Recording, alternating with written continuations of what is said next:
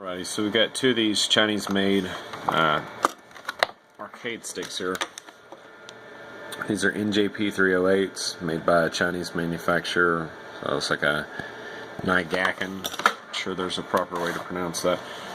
But after sanding down the microswitch contacts and lubricating the actual ball joint, I'll show you the before and after here.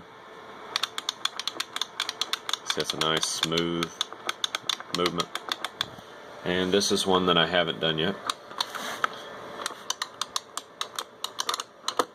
and you can see it's kind of sticking when you move it certain ways. It's making a grinding noise,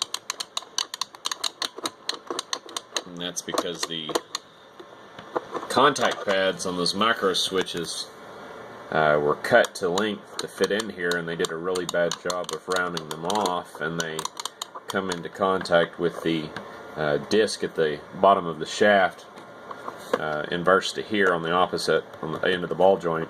That's what's actually interacting with the micro switches, and it's very rough versus this one that's been lubricated and sanded down. And you can see there's not really any grinding going on.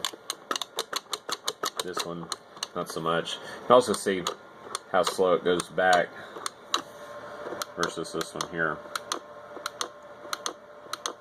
Very smooth. Not very smooth. Other than that, having to dress these up, these aren't bad fight sticks. They're not particularly low quality. The actuation of all the buttons and everything is nice. When you look inside there, it's using rubber dome conductive pads to actually touch the circuit board, and pretty much every one of them has got a nice actuation, no sticking. They left plenty of play around the guides that the actual buttons slide into in that outer shell there. The only problem I really had was the soldering was pretty ugly. Had to dress it up, and the actual fight stick, again, it's got to be lubricated.